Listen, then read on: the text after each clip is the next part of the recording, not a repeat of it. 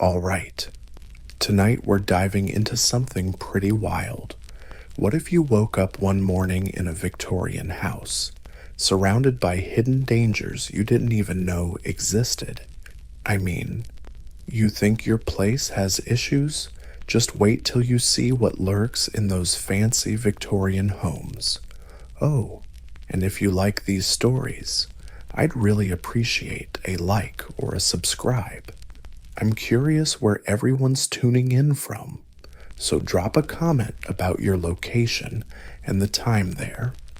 I'm always surprised how many folks around the world are snoozing through this.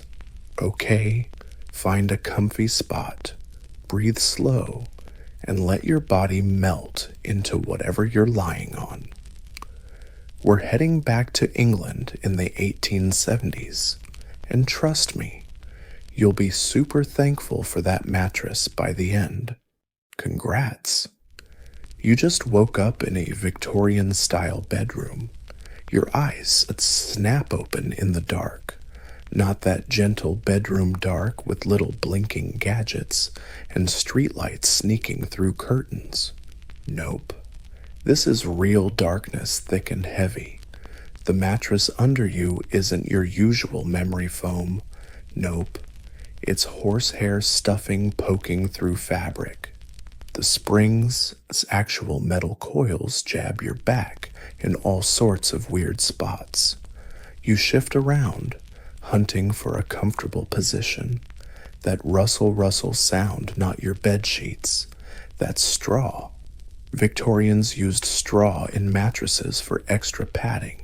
So, not quite memory foam. The air feels weird, heavier somehow. There's a smell you can't quite place. Not bad exactly, just strange. Wood smoke, coal dust, something musty and old, beeswax candles, linseed oil from furniture polish. Your breath puffs out tiny clouds in the chilly morning air. Even rich Victorian homes are freezing in the morning. No central heating here, just fireplaces, and none are lit yet. And that's when you hear it footsteps. Soft, but purposeful, climbing the wooden stairs. A flicker of candlelight appears under the door. The door swings open. A young girl in a plain black dress and white apron stands there, candle in hand.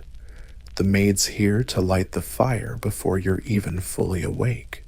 This is how every proper Victorian morning starts, if you're lucky enough to be middle or upper class. "Good morning, ma'am," she says with a little curtsy. "It's 6 o'clock. Shall I light the fire for you?" Before you can answer, she's already at the hearth. You watch, mesmerized, as she kneels and sets wood and coal into the grate. Minutes later, a little fire crackles to life. Breakfast scheduled for 8. "Ma'am, do you want a bath this morning?" A bath. Sounds nice until you remember. Victorian baths meant servants lugging hot water buckets upstairs, pouring them into a metal tub by the fire, then standing around while you bathe. Not exactly the private spa experience you're used to. No, thank you. You try to say, "Just a little water to wash my face." The maid nods and leaves, returning soon with a ceramic pitcher and basin. She pours hot water into the basin, sets it on the washstand, then spreads out a towel. "Anything else?" "Ma'am, no. Thank you. That's it." She curtsies again, slips out, and gently closes the door behind her. You throw off the heavy wool blankets, swing your legs over the bed's edge. The floorboards are bare wood, cold as ice underfoot. No rugs to save you from the chill. Just a few scattered mats doing a terrible job. You shuffle to the washstand and peer into the wavy glass mirror. Your reflection looks all distorted and weird. Splash water on your face and grab what you think is soap, a hard yellow bar smelling strongly of burnt stuff. The fire has softened the cold, but the room's still chilly. You look around for clothes and find them on a chair petticoat, corset, dress, way more layers than you usually wear. Getting dressed is going to be a mission. Before you can even answer, she's already heading to the fireplace. You watch, mesmerized, as she kneels down and starts stacking wood and coal. Within minutes, a tiny fire is crackling away. Breakfast will begin at 8 o'clock. Mom, do you want to take a bath this morning? A bath sounds nice, right? But then you remember, Victorian baths meant servants lugging buckets of hot water upstairs, pouring it into a metal tub by the fireplace, then standing around watching you bathe. Not exactly the private spa day you were hoping for. No, thanks. You try to say, just some water to wash my face. The maid nods, leaves, then comes back with a porcelain pitcher and basin. She pours hot water into the basin, sets it on the washstand, and spreads out a towel. Anything else? Ma'am, no, thank you. That's it. She shrugs, then steps out, quietly closing the door behind her. You toss thick wool blankets off and swing your legs over the bed's edge. The floorboards are bare wood, cold as ice beneath. Your feet, no carpets, just a few scattered rugs that do nothing to fight the chill. You head to the wash basin and peer into the wavy glass mirror. Your reflection looks all distorted and weird. You splash water on your face and grab what you think is soap, a hard, yellow bar smelling strongly of burnt stuff. The fire softened the cold, but the room is still chilly. You look around for clothes and see them laid out on a chair petticoat, corset, dress, way more layers than you usually wear. Getting dressed is going to be a real challenge. But first, nature calls. You look around. No private bathroom here, just a chamber pot cleverly hidden. Under the bed, welcome to Victorian hygiene. You decide to hold it and get dressed first. Maybe there's a decent toilet somewhere in this house. Victorians did have flush toilets by the 1870s, though they were still a fancy new thing. Dressing is a struggle. The corset alone is a puzzle, and you can't lace it properly on your own. You try to wear it loosely with the petticoat, then fumble putting on the rest of your clothes. It's not buttoned right, but hey, it'll do for now. You open your bedroom door and step out into the hallway. The walls are covered in wallpaper with rich patterns, dark green with yellow highlights. It's seriously gorgeous, almost glowing. Too bad it's probably loaded with arsenic. Yep, you heard that right. That beautiful green wallpaper Victorian folks used arsenic to get that vibrant color. They called it Shields green or Paris green. It was everywhere wallpaper, curtains, clothes, even kids' toys. Victorians were totally obsessed with this shade, blissfully unaware they were basically wrapping themselves in poison. When it got damp or warm, arsenic would release into the air. People breathing it in got sick headaches, nausea, even death if you were unlucky. But Victorians had no clue. They just thought the wallpaper looked nice. You tell yourself, don't lick the walls, not that you plan to. You trudge down the stairs, one hand on the banister for balance. The stairs are steep and narrow. Another hidden hazard of Victorian houses. Uneven steps were common, especially in servant staircases. One slip and down you go. But the main staircase, huge and sturdy, rich Victorians spared no expense on the parts of the house guests would actually see. The hidden corners, the servant stairs, back rooms, those got the scraps. You reach the bottom and find yourself in the entry hall. It's dimly lit, thick curtains blocking most morning light. Gas lamps flicker on the walls, casting a weird glow. Another Victorian innovation that was both handy and hazardous.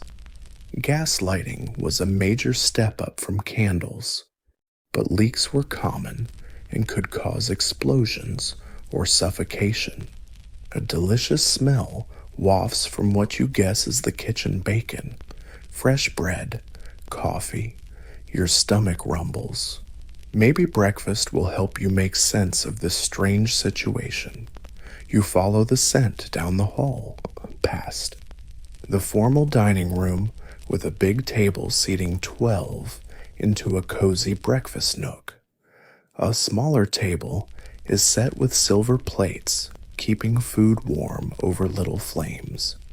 You almost laugh at the feast laid out for just one person.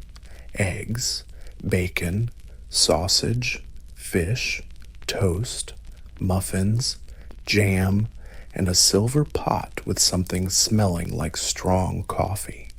Victorians didn't do light breakfasts. They believed a hearty meal was essential for health and energy. You sit down and a maid appears immediately to serve you. You notice her hands are red and cracked. Working with soap, chemicals, and hot water all day will do that. Servants faced all kinds of occupational hazards, chemical burns, back injuries from hauling water and coal, respiratory issues from dust and smoke, tea or coffee. Madam, she asks, coffee? Please, you reply. Watching her pour a dark liquid into your cup. You take a sip and nearly choke. It's insanely strong and bitter. Victorian coffee was often mixed with chicory or even burnt sugar to stretch the pricey beans. As for milk, well, pasteurization wasn't really a thing yet. Speaking of milk, it was another silent killer in Victorian households. Milk was often treated with borax, an alkaline that masked spoiled taste but didn't kill lurking bacteria. Thousands of kids died from contaminated milk. So in Victorian times, you'd probably skip the milk and go black coffee. At least the food looked good. You treat yourself to some eggs and toast, avoiding the sausage. Food safety back then was basically a joke. Mixed with chicory or even burnt sugar to soften the expensive coffee beans. And milk, well, pasteurization wasn't really a thing yet. Speaking of milk, it was another silent killer in Victorian households. Milk was often purified with borax, an alkaline that masked spoiled flavors but did nothing to kill. Lurking bacteria. Thousands of kids died from contaminated milk. In Victorian times, you'd probably just skip the milk and go for black coffee. At least the food looked decent. You treat yourself to a few eggs and toast, steering clear of sausages.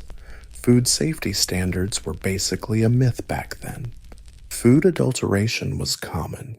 Bread might contain alum or chalk to look whiter. Sausages could have all sorts of suspicious fillers. Even tea wasn't safe. Sometimes it was mixed with iron filings to look like higher quality black tea. While you sip, you glance around the parlor. Luckily, it's nicely decorated with floral wallpaper, not green, but fancy furniture and decorations everywhere. Victorians loved their stuff. Every surface covered with photos, figurines, vases, books, and decorative boxes. Through the window, you spot a garden glowing in the morning light. A gardener is tending the flower beds. You wonder if he's using Paris green as pesticide. Yep, arsenic compounds were a popular bug spray back then. The maid pops up beside you. Got visitors this afternoon.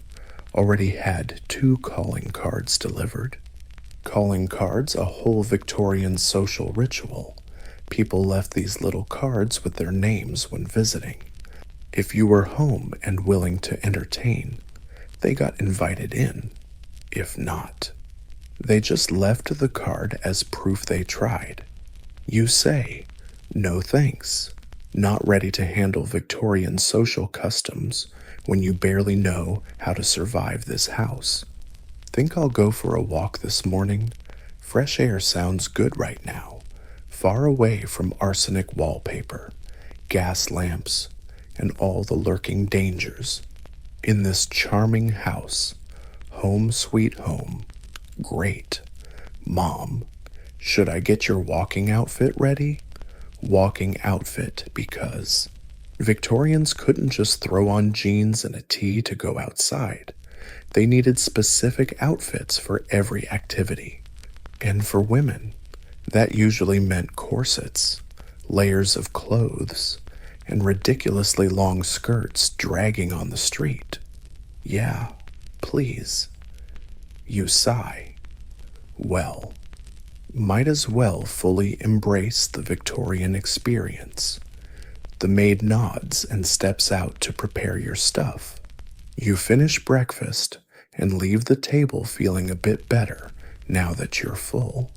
You head back to the hallway, hunting for the bathroom before your walk. After checking a few doors, you find what looks like a bathroom, a tiny room with an early flush toilet. Simple design, a wooden seat on a porcelain bowl with a pull chain for flushing from the tank above. Not exactly modern plumbing, but better than a chamber pot. You use this facility, marveling at Victorian tech. The flush toilet was a big hygiene leap, though the first models had issues. Methane gas from sewers could build up in the pipes and sometimes ignite or even explode when hit by a flame. Thomas Crapper, yes, that's his real name, later improved the design with a siphon valve to keep sewer gases from backing up into houses. After washing your hands in a small basin, you return to the bedroom where the maid waits with your walking outfit. It's a dark blue ensemble with a fitted jacket, padded back, and a floor-length skirt. Mom, let me help you get dressed. You nod, realizing you can't do this alone. The maid helps you off with your loosely fastened morning dress and tightens the corset.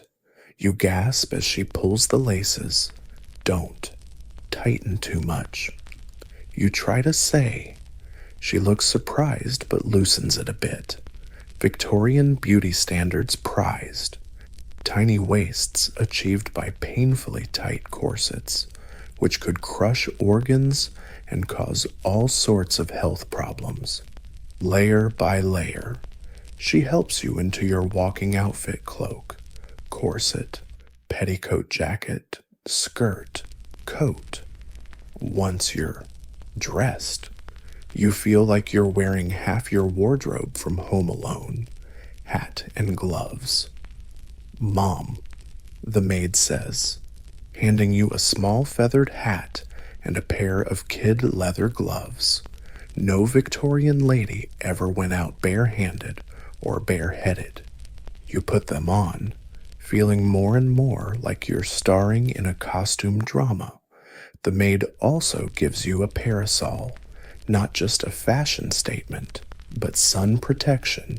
Pale skin was the ultimate status symbol, showing you didn't have to slave outdoors like the lower classes, fully equipped for your Victorian stroll.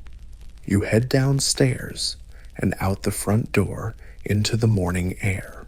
The streets are buzzing, horses clip-clop pulling carriages. A street vendor hawks flowers. Ragged kids play in a narrow alley. You take a deep breath, relieved to be out of the house with its hidden dangers. But even here, there are a costume play. The maid hands you an umbrella, not just a fashion statement, but to block the sun. Pale skin was the ultimate goal, a sign you didn't have to work outdoors like the lower classes, fully equipped for your Victorian stroll. You head downstairs and out the front door to greet the morning air. The streets are bustling. Horses clop along pulling carriages. A street vendor's hawking flowers. Ragged kids play in a narrow alley. You take a deep breath, relieved to leave the house with its lurking dangers. But even here, there are risks. Streets are full of horse poop. The air is thick with coal smoke from thousands of chimneys. And if it starts raining, those lovely green dyes on your clothes could start leaching arsenic into your skin. Still, moving around feels pretty nice, even restricted by a corset and layers of clothes. You walk down the street, umbrella in hand, soaking in the sights and sounds of Victorian England. You notice other ladies heading out for their morning strolls, politely nodding as they pass. A gentleman tips his hat to you, and you nod back, blending right in with the customs. As you walk, your mind drifts to all the hidden dangers you just faced in a Victorian house: arsenic wallpaper, gas lamps, potentially contaminated food and milk, steep, uneven stairs. It's a miracle anyone survived at all, and yet millions did. Victorians were tough, adapting to their worlds, just like we adapt to ours. They had no clue about the dangers lurking in their pretty homes, just like we're clueless about the hazards our future generations will laugh at. You realize how lucky you are to live in an age with building codes, food safety laws, and consumer protections. All those boring bureaucratic rules actually keep us safe from the daily threats Victorians faced without a second thought. Your muscles start to feel a bit cramped from the corset, so you decide it's time to head back home. You've had enough Victorian adventures for one morning. You turn around, carefully watching every step on the uneven cobblestones. Your heavy skirt brushes just above your ankles as you walk, and you find yourself settling into the rhythm, feeling oddly comfortable in this weird outfit. The big house appears ahead, its impressive facade with tall windows and intricate decorations. Even knowing about the murderers hiding inside, you can't help but admire its beauty. Victorians definitely knew how to build things to last. As you reach the front steps, you spot something you missed before: a boot scraper by the door, an essential tool in an era of muddy streets full of manure. You carefully clean your shoes before going inside. a small concession to Victorian neatness. The house feels warmer now that night has fallen. Fires burn in some rooms, chasing away the chill in the air. You make your way to what looks like the parlor and flop down into a fancy armchair, grateful for the rest. A soft sigh escapes as you sink deeper into the seat. Your muscles relax. The stiffness from the corset eases as you find a comfortable position. The room is quiet, except for the gentle ticking of the clock on the mantel and the occasional crackle from the fireplace. Your breathing slows naturally, finding a peaceful rhythm as you look around. The elegantly furnished room with thick curtains and fancy furniture. The warmth of the parlor makes your eyelids droop, but a soft knock on the door shatters your peaceful moment. A maid enters with a silver tray. "A letter from your mother," she says, setting down some envelopes and a newspaper on the small table beside you. Mother's letter, and the cook wants to know your dinner preferences tonight. You blink, trying to imagine what a proper Victorian dinner might include. "Anything the cook suggests is fine," you reply, playing it safe. The maid nods and retreats, leaving you with the correspondence. You pick up the first newspaper, the Times from May 1878. So, you really are here. The headlines talk about tensions with Russia, debates in Parliament, and various social events. No mention of time travelers popping up in Victorian homes. Luckily, the envelopes hold teasing invitations, dinner parties, and a charity fair. Apparently, your Victorian self is quite the social butterfly. You push them aside, more interested in exploring this house and its lurking dangers. You stand up from the chair, feeling the tightness of the corset. Victorians really didn't do themselves any favors with these torture devices. The Raucum was elegantly decorated with heavy curtains and fancy furniture. The cozy warmth of the parlor made your eyelids droop, but a soft knock on the door shattered your peaceful moment. A maid stepped in with a silver tray. "Here's a letter from your mother," she said, placing a few envelopes and a newspaper on the small table next to you. "Mom's letter, and the cook wants to know your dinner preferences tonight." You blink, trying to picture what a proper Victorian dinner might even look like. "Anything the chef suggests is fine," you answer, playing it safe. The maid nods and withdraws, leaving you with your mail. You pick up the first paper, the Times, from May 1878. So, here you are. The headlines talk about tensions with Russia, debates in Parliament, and various social events.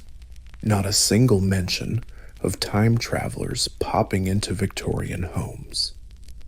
Luckily, the envelopes contain teasing invitations, dinner parties, and charity fairs. Looks like your Victorian self was quite the social butterfly.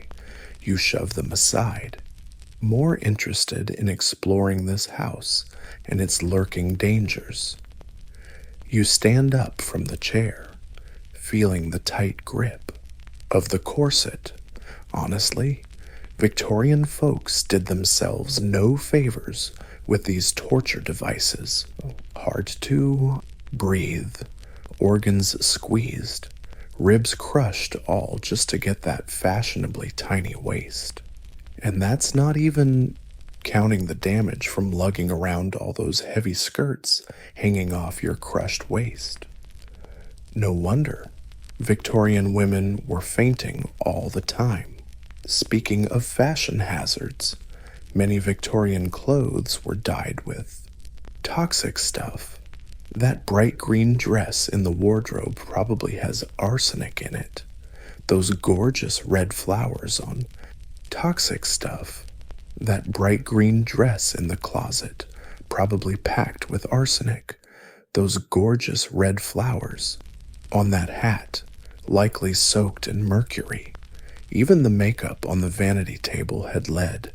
Belladonna, arsenic, beauty. Literally meant poison back then. You wander from the parlor into a room that looks like a library. Floor-to-ceiling shelves packed with leather-bound books line the walls. A writing desk sits in the corner, stocked with ink bottles, blotting paper, and a stack of stationery. The place smells faintly of parchment and beeswax. It's peaceful here, a nice break from all the family chaos. You run your fingers along the spines. Reading. Titles on history, natural philosophy, poetry, and novels. A big globe sits in the corner, showing the vast British Empire in pink. Nearby, a glass cabinet holds all sorts of oddities, shells, fossils, and a weird stuffed bird with ridiculously bright feathers. Taxidermy was all the rage in Victorian homes. They loved bringing nature indoors, whether pressed flowers, stuffed animals, or pinned butterflies. But the preservation methods often involved arsenic soap or mercury chloride. Even their decorative stuff could kill you. You head to the writing desk and sit down, curious what your Victorian self might have been up to. A half-finished letter lies on the blotting paper, penned in elegant handwriting, not your own. It mentions gardening plans and an upcoming visit from someone named Charlotte. The ink is still liquid in a tiny glass bottle, probably iron gall ink, the standard ink back then. It contains tannic acid, a corrosive enough substance to eventually eat through the paper, not an immediate hazard, but a reminder that everyday items often had their dangers. A soft chime from the mantel clock signals noon. The house seems to come alive while you're reading. You can hear noises downstairs, probably staff prepping lunch. You stand and continue exploring down the hall toward the back of the house. The kitchen would be a fun stop, but you're not sure if the lady of the house would appreciate you butting in. On the cook's turf, Victorian homes ran on strict hierarchies. Everyone knew their place. Instead, you find yourself in a small room that looks like an office or study. A desk holds family account books, receipts, and various papers. This is where the real business of running a Victorian household happened. You flip through one of the ledgers, fascinated by the meticulous records. Every penny spent was logged: wages for servants, food purchases, coal deliveries, fabric, charity donations.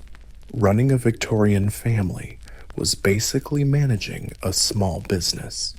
The coal deliveries catch your eye.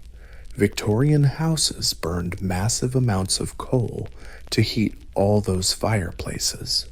Coal dust and smoke were major health hazards, contributing to respiratory diseases and London's infamous smog. Actually, the smog was coal smoke mixed with natural fog.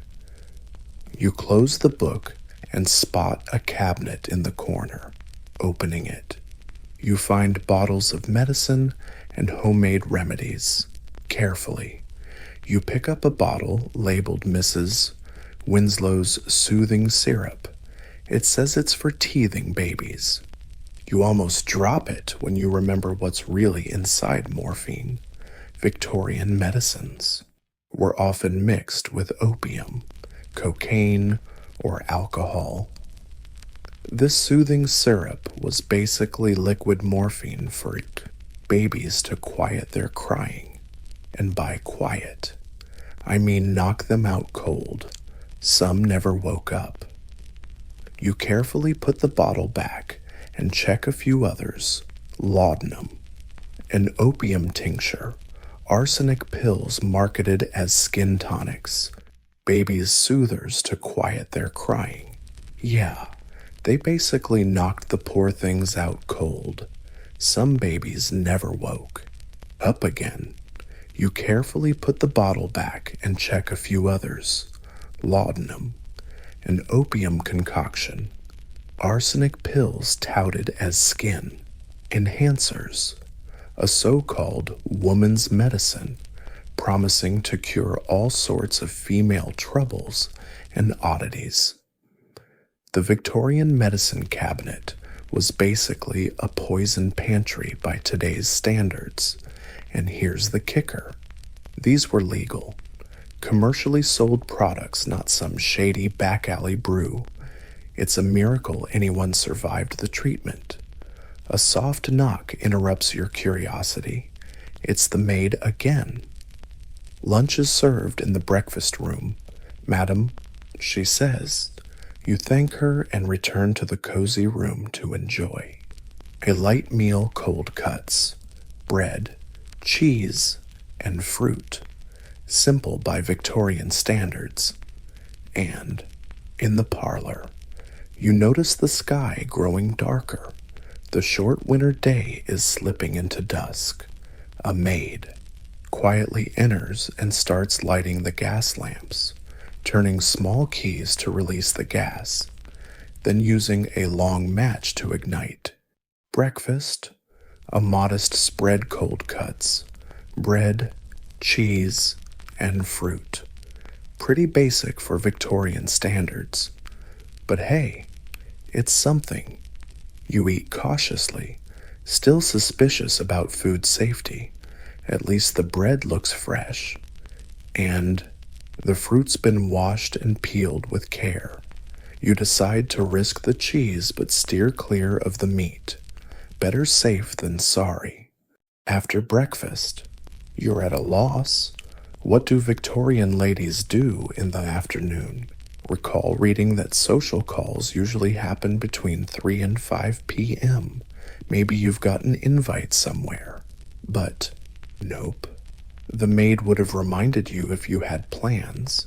So you figure, why not explore upstairs? Curiosity wins. The stairs creak a bit under your weight as you climb. Victorian architecture is generally solid, but not perfect. At least the main staircase is well built. Unlike the narrow, steep servant stairs that caused endless accidents, upstairs there are more bedrooms, a totally empty nursery since your Victorian self has no kids, and a room that looks like a sewing room. You peek into each, noting the decor and lurking dangers. The nursery's especially interesting. It's bright and cheerful, with letter blocks and wooden toys scattered about.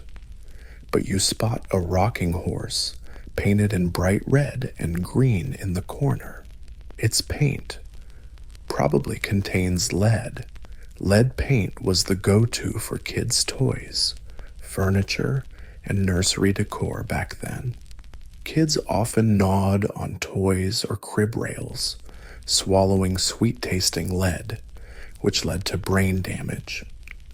Beside the rocking horse is a beautiful doll with a porcelain head and cloth body.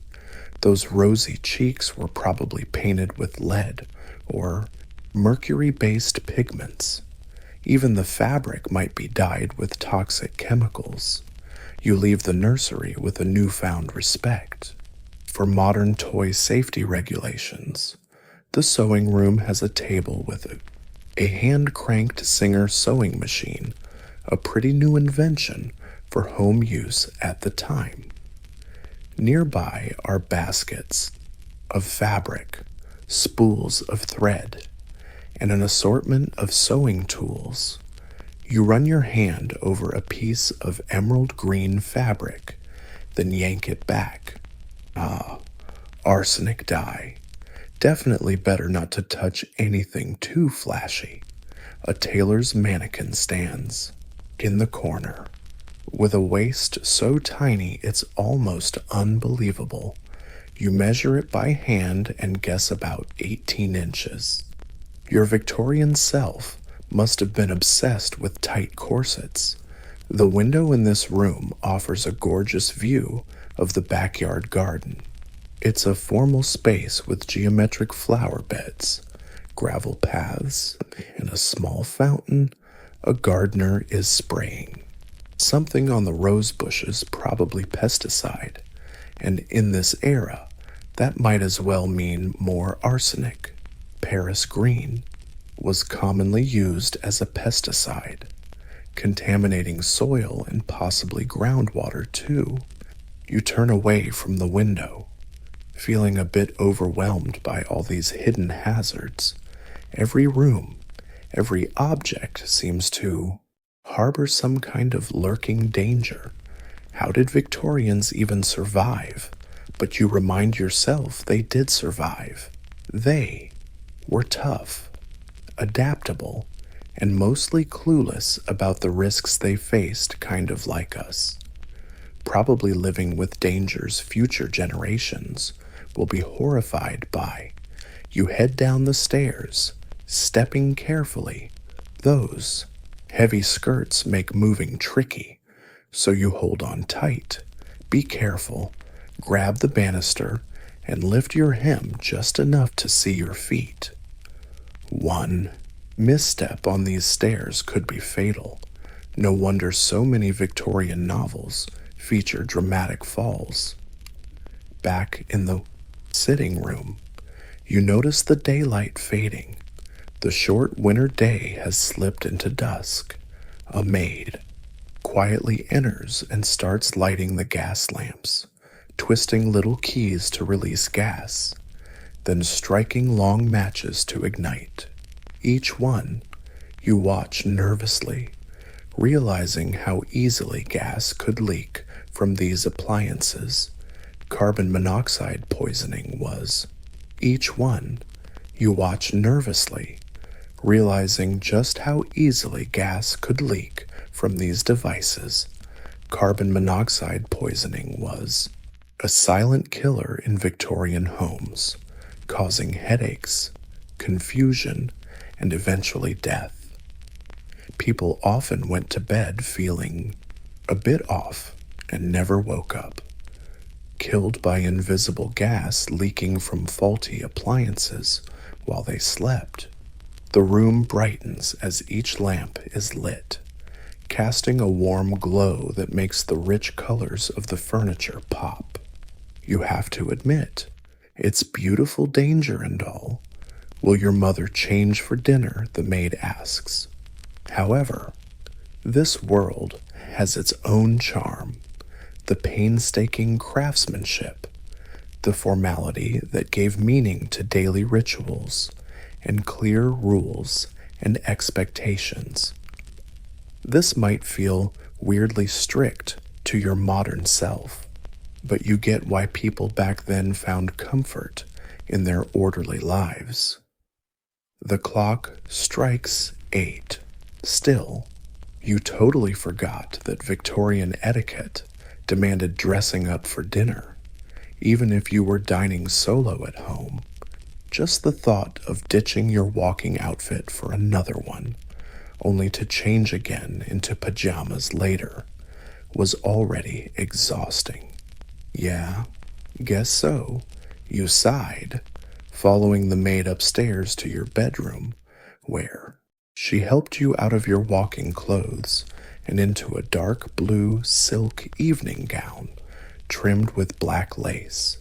It was gorgeous, but just as tight as your usual outfits. The dress had a modest ruffled panel in the back, supporting the skirt's elaborate pleats. This ruffle thing was a weird Victorian invention, basically a frame worn under the skirt to create a seductive curve in the back. They made sitting a nightmare, and worse, you could embarrassingly collapse or even catch fire if a lady got too close to the fireplace. So yeah, dressing for dinner was a risky business. All dolled up, you headed downstairs. The dining room was now set with crystal, silver, and fine china, arranged with military precision. Multiple forks, spoons, and knives flanked your plate like a tiny army. Victorian dining rules were so complex. Each utensil had its own special mission. A servant stood ready, stone-faced. You sat down, and he placed a napkin on your lap.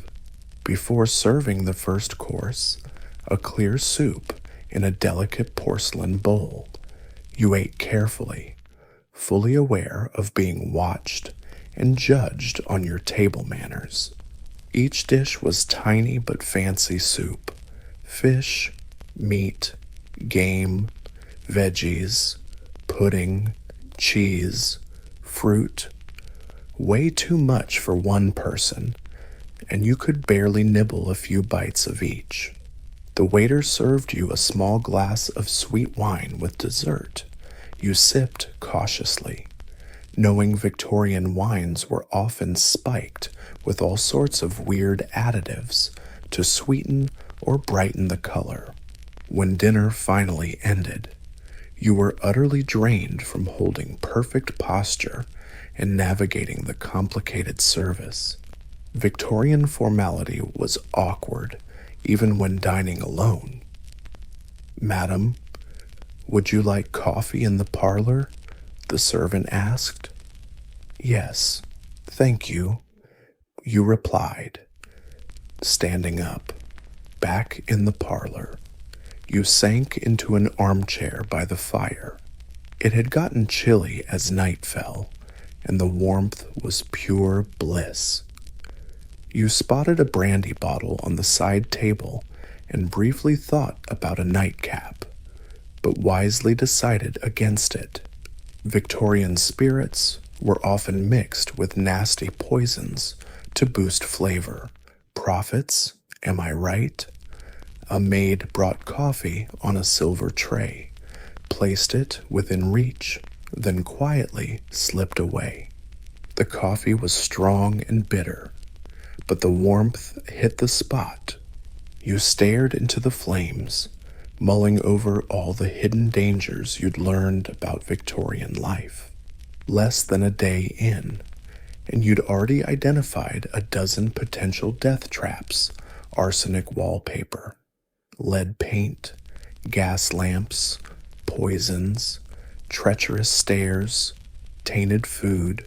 Still, this world had its own strange charm: the craftsmanship's obsessive detail, the formality giving meaning to daily routines, the clear boundaries and expectations. It might feel alien to your modern sensibilities, but you could see why Victorians felt comfy in their orderly lives. The clock struck 8, early by your standards. But in Victorian times, especially, winter people went to bed early to save expensive candles and lamp oil. You finished your coffee and discreetly stretched in your corset. Your back ached from the strange posture restrictions, and you longed to be free of these layers. The house felt bigger, quieter. You could hear servants moving downstairs, finishing their evening chores. Soon, they'd bank the fire for the night and retreat to their rooms. usually in the attic or basement. You headed upstairs too, but hey, this world had its charms. The obsessive attention to detail in craftsmanship, the whole formal vibe, gave daily life some meaning. Clear rules and expectations might seem weird to your modern brain, but you can kinda get why folks back then felt comfy in their neat little lives. Clock chimes at 8 p.m. Still early by your standards, but in Victorian times, especially winter, people hit the sack early too. Save on pricey candles and lamp oil. You finish your coffee and discreetly stretch out in your corset, your back's screaming from the weird posture constraints, and you just want to ditch all this. These layers of armor, the house feels bigger, quieter.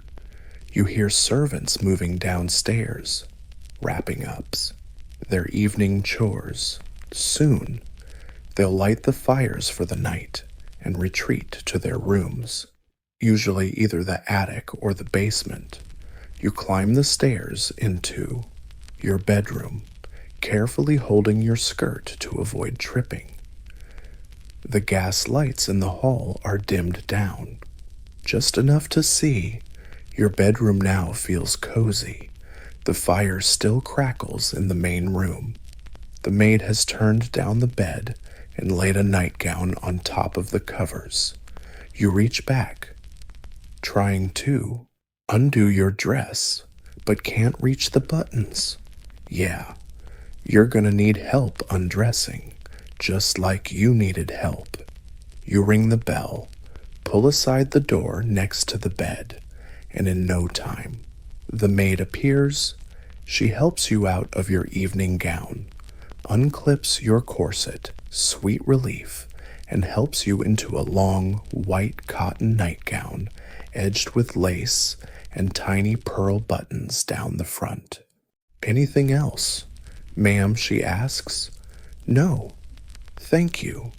You say, good night. She nods, gathers up the clothes you ditched for grooming and drying for tomorrow, and slips out.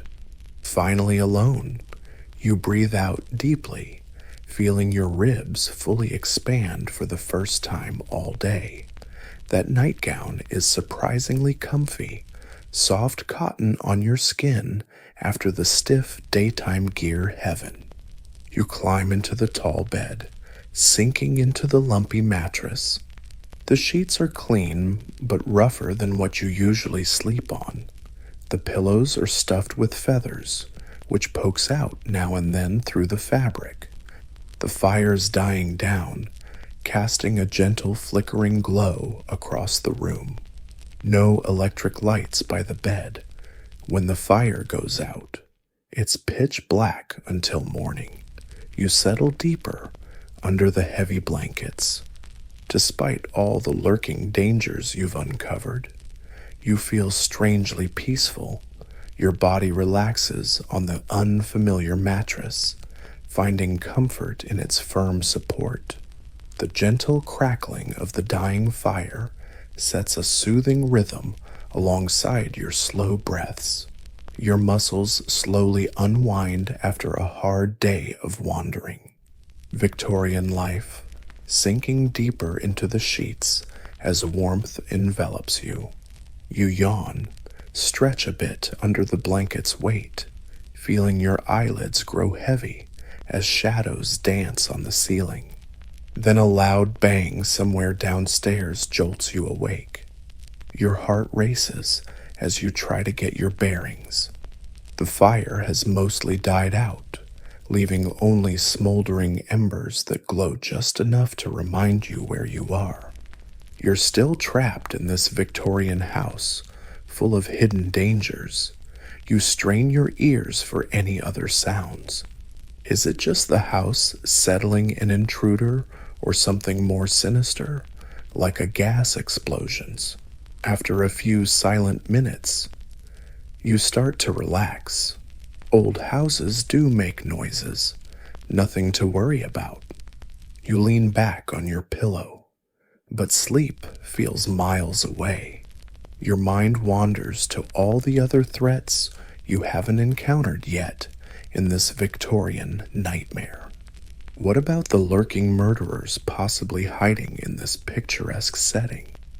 You think about the bathroom, or rather, the lack of a proper one. Plumbing was a luxury in Victorian times, and even rich houses often had crude systems. The water and closets you used earlier were considered pretty advanced for the time, but their drainage systems were probably laughable by today's standards. Sewer gases, including methane, could build up in those early systems and sometimes leak back inside. That's why Thomas Crapper's invention of the S-trap was such a big deal. It created a water barrier, stopping those gases from backflowing. But not all Victorian toilets had that feature, and the water supply, Victorian water, was often contaminated with sewage. The horrific stench in London in 1858 was proof of just how bad things got. Sewers became open ditches, and the smell was so bad Parliament had to take a recess. Cholera outbreaks were common until public health reforms improved water quality. Even in wealthy homes, water could be stored in lead tanks, slowly poisoning the whole family. You shiver under the covers, not just because the room's cold, but thinking about all these invisible threats. Sewer gases, including methane, could build up in these early systems and sometimes leak back into the house. That's why Thomas Crapper's S-trap was a game changer. It created a water barrier to stop gases from sneaking back up the pipes, but not all Victorian toilets had this luxury. So what about the water supply? Victorian water sources often got contaminated by sewage. The horrific stench in London in 1858 was a vivid reminder of just how bad things got. Sewers turned open air. The smell so foul, Parliament actually had to pause work. Big cholera outbreaks were common until public health reforms improved water quality. Even in fancy homes, water was stored in lead tanks, slowly poisoning the whole family. You shiver under the covers, not just from the cold, but from thinking about all these invisible threats. Victorians lived in a world full of unseen dangers, germs they couldn't detect, gases they couldn't smell, poisons they didn't recognize. Unable to sleep, you sit up in bed and reach for the candle holder on the bedside table. Matches. Where are the matches? You fumble in the near darkness and find a small box. Carefully, you strike a match on the box's side. The match flares up with a bright flame and that unmistakable whiff of sulfur. You quickly light the candle before the match burns your fingers. Early matches were downright dangerous. Before the safe match showed up in 1855, people used lucifer matches, ones that could ignite with the tiniest friction. They contained white phosphorus, which caused a horrible occupational disease called phossy jaw in the factory workers who made them. The toxic phosphorus would seep through their gums, causing abscesses, rotten bones, and eventually grotesque disfigurement as their jaws literally rotted away. The workers' faces even glowed faintly in the dark. Thanks to the phosphorus inside them, many died a painful death. while others chose suicide over facing their worsening deformities. The candle's warm, steady light feels way safer than those early matches. You look around the room, seeing it in a different light, literally. Shadows dance on the wallpaper, creating patterns, alive with life. Your nightgown is anything but warm, and the flame's about to die out. You think about calling the servant to rekindle it, but it's just cruel to wake someone up just for your own comfort. Instead, you spot a bathrobe draped over a chair and throw it over your nightclothes. The thick wool instantly warms you. You slip your feet into slippers and decide to explore the house by candlelight. Feels adventurous, almost rebellious, sneaking around a Victorian home at night. You carefully open the bedroom door, trying not to make a sound that could wake the whole household. The hallway is pitch dark and silent. You raise the candle higher, watching the shadows retreat. The grand staircase looks completely different at night, more majestic, almost scary. You slowly descend, one hand holding the candle, the other gripping the banister. The steps seem steeper in the dim light, and you're painfully aware how easy it would be to fall. Household accidents were the top cause of death in Victorian times, and stairs were especially deadly. You reach the bottom safely and pause, deciding which way to go. The sitting room's no longer interesting. You've already explored it thoroughly. Instead, you turn toward the back of the house, curious about the kitchen and servant quarters you've never seen. A long hallway leads past the dining room to what must be the servants' area. You follow the hole, your slippers making barely a sound on the wooden floor. The house feels bigger at night. Shadows, hiding its true size. You reach a heavy door, a traditional barrier between family life and the servants' domain. It's covered with blue fabric to muffle kitchen noise and create a clear boundary between the two worlds of a Victorian house. You gently push the door open and step into another world. The air is cooler here, the decor much simpler. No expensive wallpaper or fancy moldings, just plain painted walls and practical furniture. A large open kitchen spreads out before you. By day, it's a busy, steamy hub of activity. Now, it's quiet and still, but the marks of daytime work remain. A big cast iron stove dominates one wall. The fire's banked for the night, but still gives off some heat. Copper pots hang on racks, glowing faintly in candlelight. Light. A large wooden table sits in the center, its surface scarred from years of meal prep. You set the candle down and look around with interest. The kitchen is the heart of a Victorian home, but also one of its most dangerous rooms. Burns and scaldings were common injuries for cooks and kitchen maids who wrestled with open flames and boiling liquids all day. Those heavy cast iron pots could cause serious damage if dropped. Even the stove itself was risky. The coal fire demanded a constant attention, and the smoke contributed to respiratory problems. A movement in the corner catches your eye, and you freeze.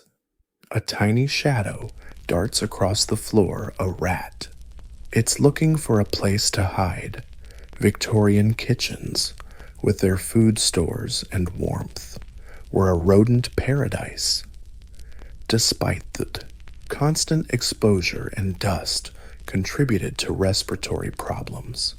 A movement in the corner catches your eye, and you freeze. A tiny shadow darts across the floor, a rat. It's looking for a hideout. Victorian kitchens, with their stash of food and warmth, were a rodent paradise. Despite the servants' and cats' best efforts. Speaking of cats, you hear a soft meow and turn to see a tabby watching you from atop a tall cupboard. The kitchen cat wasn't a pet, but a working animal to control the rat population.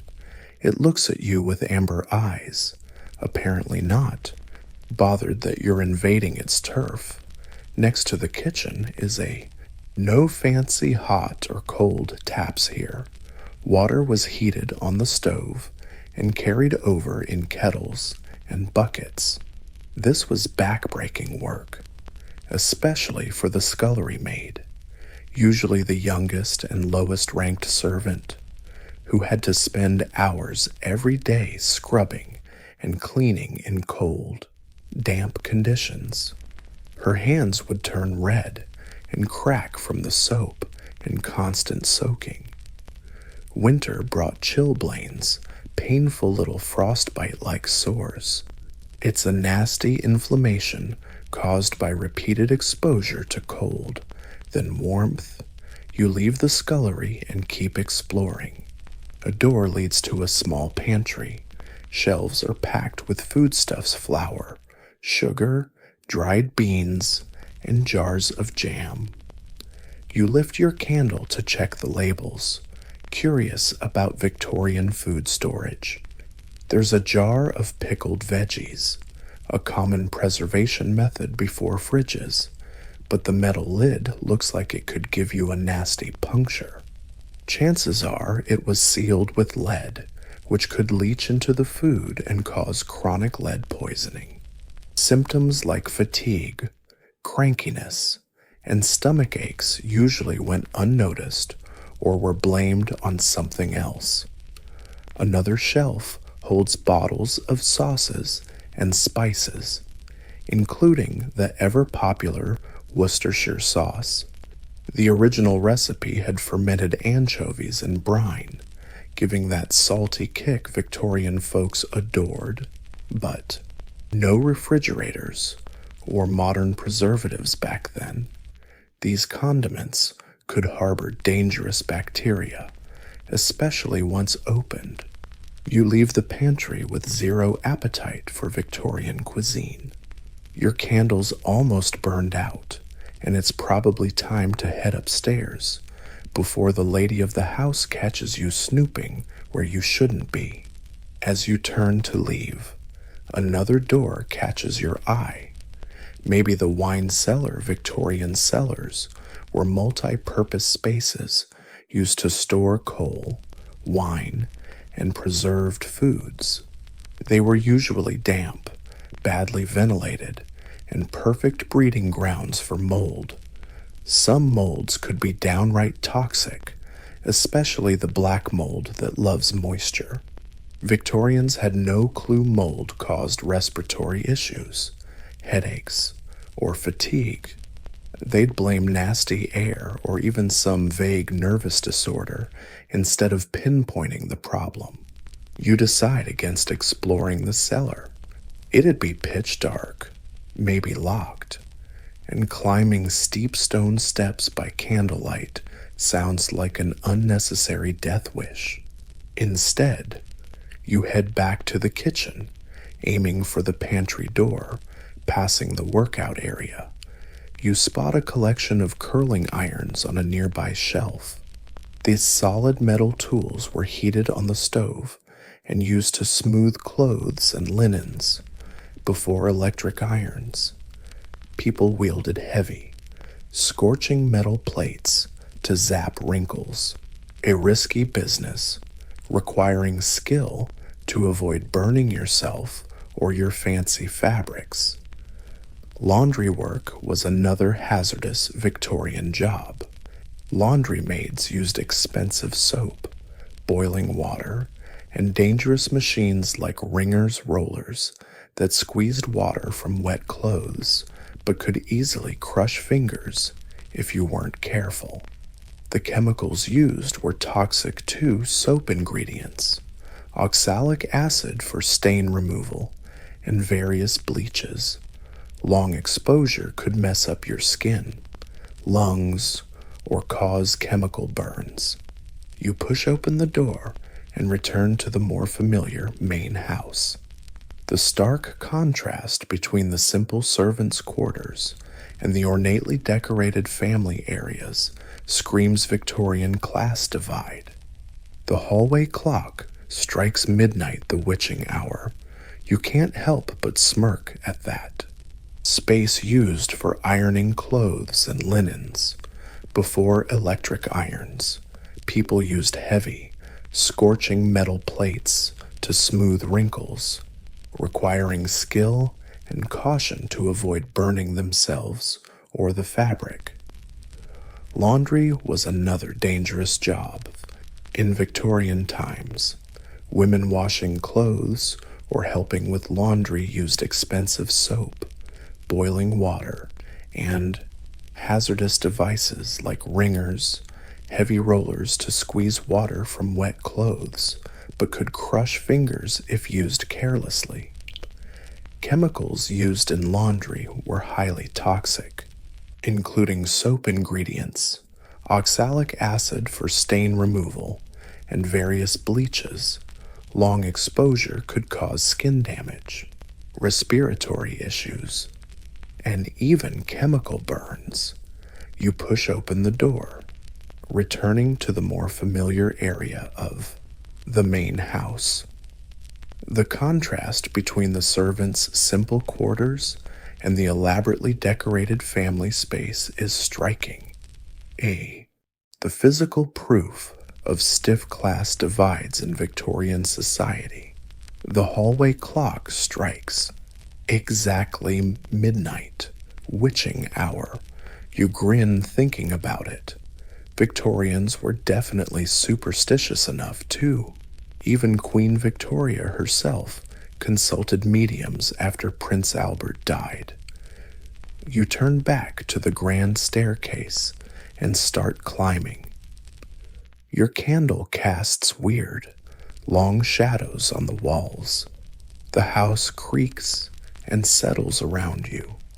This sound is way louder in the dead quiet of the night. Halfway up, you stop, back to the grand staircase, and start climbing. Your candle casts these weirdly long shadows on the walls. The house creaks and settles all around you. You notice it more in the dead quiet of night. Halfway up, you stop to catch your breath. The cloak is warm but heavy. Victorian diets and lifestyles, not exactly heart-friendly. Tight corsets make breathing a chore. Fatty foods wreck the digestion. And women weren't exactly encouraged to break a sweat. Victorian medicine had no clue how lifestyle affected health.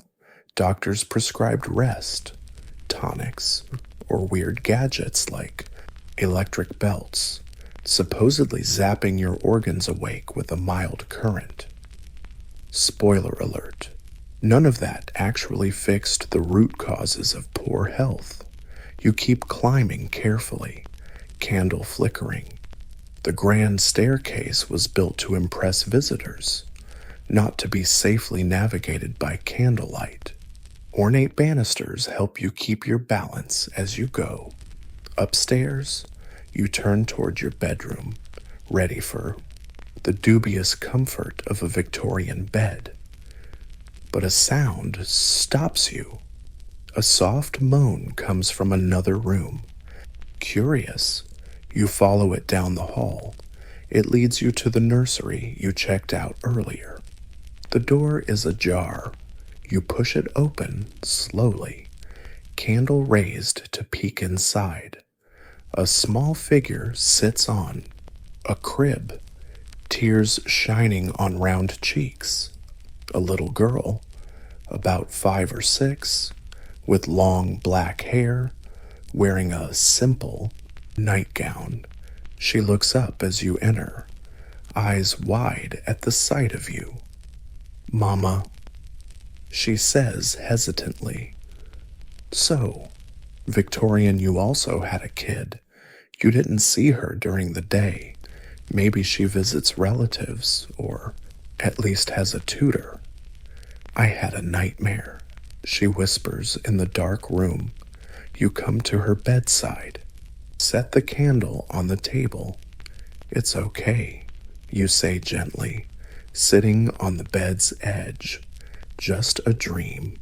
She looks at you with complete trust, accepting your presence and comfort without question. You brush her hair back from her forehead, feeling her warmth, maybe a bit too warm. Fevers were a serious worry back then, when common childhood illnesses could quickly turn deadly. "Want me to stay until you fall asleep again?" you ask. She nods, leaning back against the pillow. You tuck her in, noticing that although the family seems well off, the child's bed is pretty bare bones, just an iron frame with a thin mattress. Victorian parenting stressed simplicity and discipline, even for the rich. No soft, cozy beds, or too many toys to spoil the child. You sit quietly, watching her eyelids grow heavy. The flickering candle casts gentle shadows around the room. The rocking horse guards the corner, its painted eyes seeming to watch you in the dim light. The child's breathing deepens as she drifts off to sleep. You spend a few more minutes watching her face. Now she looks peaceful, no longer haunted by nightmares or worries about all the dangers lurking in this beautiful but perilous Victorian house. How many threats does this kid face daily without a clue? Lead paint on her toys, possibly poisoned milk she drinks, opium-laced medicines given at the slightest complaint, and diseases Victorian medicine couldn't cure. Malaria, scarlet fever, measles, whooping cough. Childhood death rates were heartbreakingly high back then, even in wealthy families like this. Kids died from preventable illnesses and accidents that we wouldn't blink at today. Parents lived in constant fear of losing their little ones, which maybe explains some of the weird emotional distance by today's standards. The child stirs in her sleep, her small hand reaching for yours in the dark. You gently hold it, feeling the child stirs softly in their sleep, tiny hand reaching out to yours in the darkness. You gently hold it, feeling a surge of protectiveness for this stranger kid who somehow thinks you're their mom. Her hand is soft and warm in yours.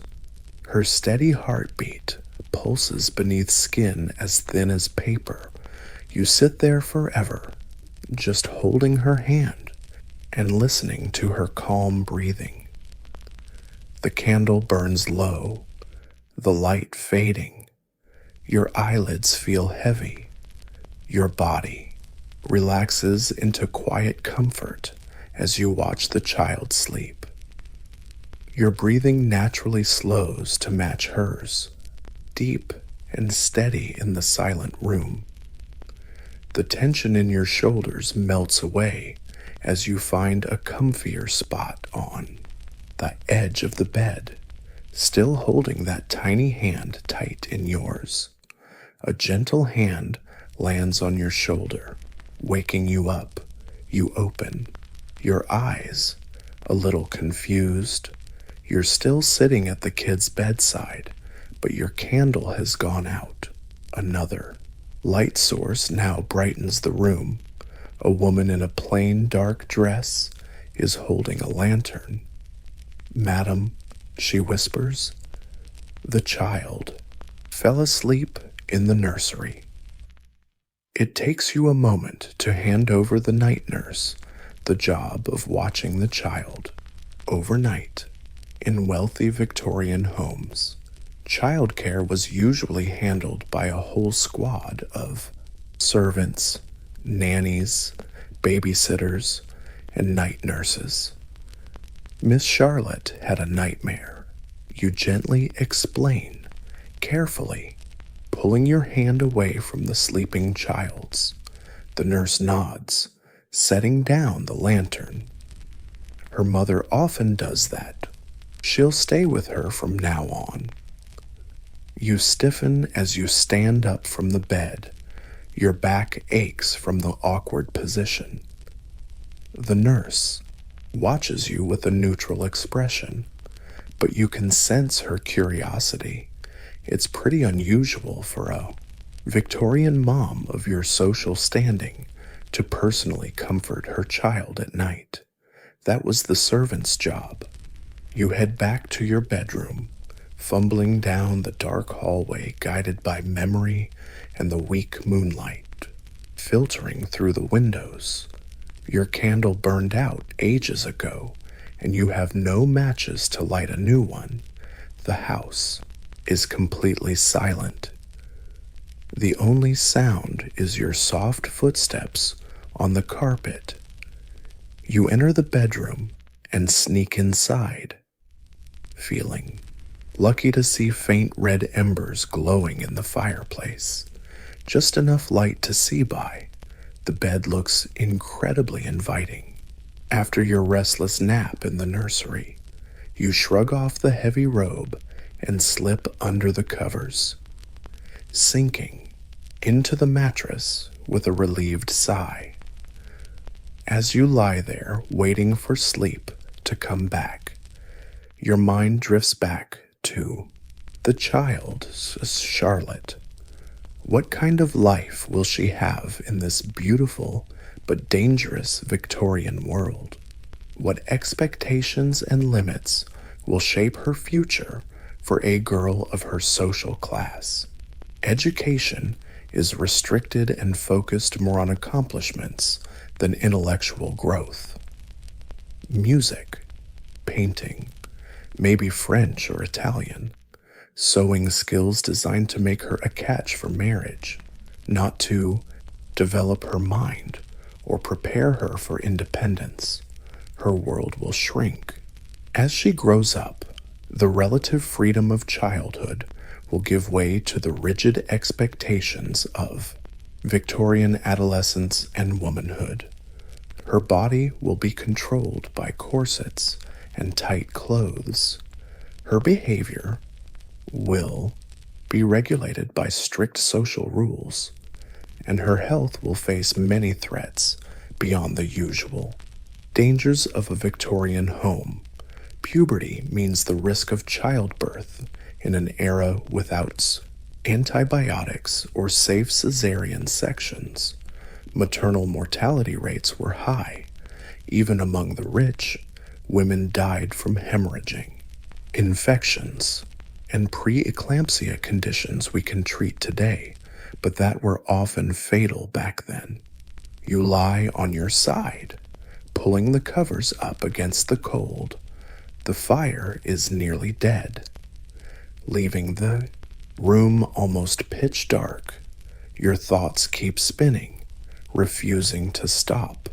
Even if Charlotte survives to adulthood and dodges childbirth dangers, she'll still face other health risks unique to Victorian women, like corsets laced so tight they damage organs and make breathing hard, heavy skirts dragging through polluted streets would track dirt into the house, tight clothes would limit exercise and reduce overall health, and then there are the psychological restrictions. Middle and upper class Victorian women were confined to a separate sphere, the family domain. They were considered morally superior, but intellectually inferior to men, too fragile for education or careers, but strong enough to handle family duties and churn out a bunch of kids. The result was what Victorian doctors called hysteria, a catch-all diagnosis for women's physical and mental health issues that today we'd call depression, anxiety, or actual medical problems. Sometimes, the treatments were worse than the illness itself, ranging from total isolation to surgical horrors like castrating their kids or chopping out ovaries. You're shivering, but it's not just the cold. The past was basically a foreign country with totally different values, knowledge, and dangers. Despite the fancy Victorian aesthetics and romantic family vibes, reality was way harsher than most modern folks realize. Your thoughts are cut off by a weird chemical smell, sharp and strange. Suddenly you sit up wide awake. Fire was a constant threat in Victorian homes' open flames, gas lamps, zero fire safety. You take another sniff, trying to place the scent. It's not quite smoke, but just as worrying. Guess a leaking pipe could fill the room with invisible, deadly carbon monoxide. But that gas usually had additives to give it a distinct smell. Your heart races as you climb out of bed and follow the scent. It seems to be coming from the hallway. You carefully crack open the door and peek out. A faint light glows at the hallway's end. Someone's awake in another room. You wrap your bathrobe tighter and head toward the light, still trying to identify the funky smell. It leads you to a tiny room you never noticed before, a surprisingly modern private bathroom for this era. Inside, a middle-aged man with a beard and a bathrobe is standing by the sink, mixing something in a glass bottle. He's totally focused, then jumps when he sees you. "Darling, you should get some sleep," he says. You figure he's the Victorian husband, completely unfazed by the chemical smell that brought you here. "What are you up to?" you ask, eyeing the bottles and powders on the counter. "Just whipping up a little sleeping potion," he explains. "The doctor said it's perfectly safe. But yeah, the smell's pretty gnarly." "I know." You inch closer, checking the ingredients with growing worry. You spot laudanum, an opium concoction, and something that looks like chloral hydrate, an early sedative. Both were common Victorian prescriptions for insomnia, anxiety, and just about every other real or imagined illness, both addictive and borderline dangerous, especially combined. Chloral hydrate earned the nickname knockout drops and was one of the first drugs used for, well, rape, mixed with booze. It made a Mickey Finn, knocking people out cold. "Does it actually help you sleep?" you ask cautiously.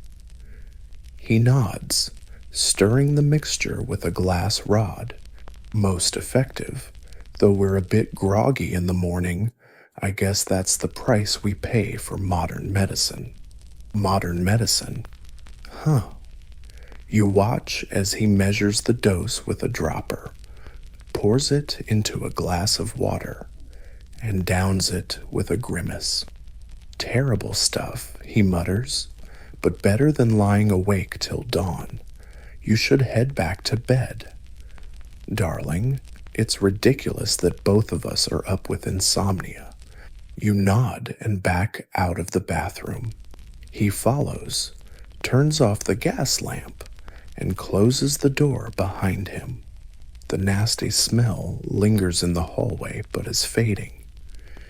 "Good night," he says formally, nodding slightly before heading toward what you assume is his bedroom. Private bedrooms were super common among Victorian elites, a big difference from modern home layouts. You return to your room, feeling unsettled by what you just saw. How many people?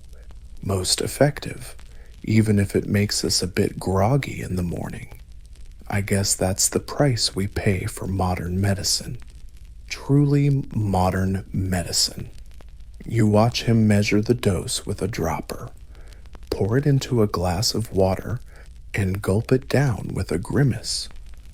"Terrible stuff," he comments, "but better than lying awake till dawn. You should get back to bed, love. It's ridiculous that both of us are suffering from insomnia." You nod and back out of the bathroom. He follows, turns off the gas light, and shuts the door behind him. The stink still lingers in the hallway, but it's fading now. "Good night," he says formally, nodding slightly before heading toward what you assume is his bedroom. Private bedrooms were a big deal for Victorian upper class, another difference compared to modern homes. You return to your room, feeling unsettled by what you just witnessed. How many people? Victorians were slowly poisoning themselves with doctor-prescribed chemicals. Laudanum addiction was rampant but rarely admitted. Women were especially vulnerable, often prescribed opiates for women's ailments, and then trapped in dependency. Back in bed, you pull the covers up to your chin, feeling even colder now. The fire's completely out, plunging the room into darkness. You can hear the wind outside, whistling through a loose window frame somewhere. Victorian winter nights in England were long and bitter. Even wealthy homes struggled to stay warm with just a fireplace. The poor suffered even more. To keep cozy warm with just a fireplace, the poor, they had it worse, sometimes burning their furniture or even parts of their own homes when coal ran out. Picture the servants snoozing, up in the attic or down in the basement, their quarters barely decent, narrow beds, minimalist furniture, maybe a tiny shared fireplace for multiple rooms. They had to wake before the family, get the house ready for the day, then work late into the night, all for just enough wages to cover the basics. Social inequality back then crystal clear and accepted like it was just how the world worked. Rigid class hierarchies shaped everything, from housing to education and health care. The rich might pity the poor or toss some charity their way, but hardly anyone questioned the very system that made such gaps possible. You burrow deeper under the covers, chasing warmth and comfort despite the dangers and injustices. There's something oddly charming about this Victorian world, the craftsmanship in everyday stuff, the obsession with beauty in the mundane, the strict social rules that, while suffocating, gave life some structure and meaning. But would you want to live here long term? Not with arsenic in the wallpaper, lead in the paint, opium in the medicine cabinet, and a whole cast of killers lurking right under your nose. Your thoughts drift to your modern home with smoke detectors, carbon monoxide alarms, child-proof locks, and lead-free paint. Those safety features you take for granted, yeah, they're the result of painful lessons, often paid for in tragedy. Outside, the wind picks up. creaking through the house. Old houses are noisy at night. Wood expands and contracts, making all sorts of groans and pops.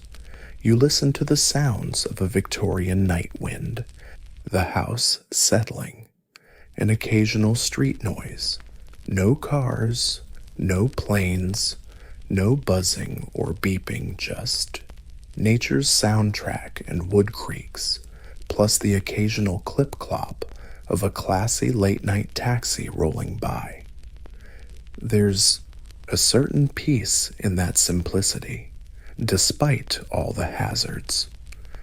The Victorian world moved slower, without constant digital overload and non-stop connection like today's chaos.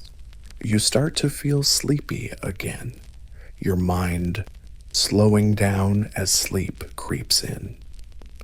The strange sounds and smells of the Victorian house start to feel almost comforting in their oddness.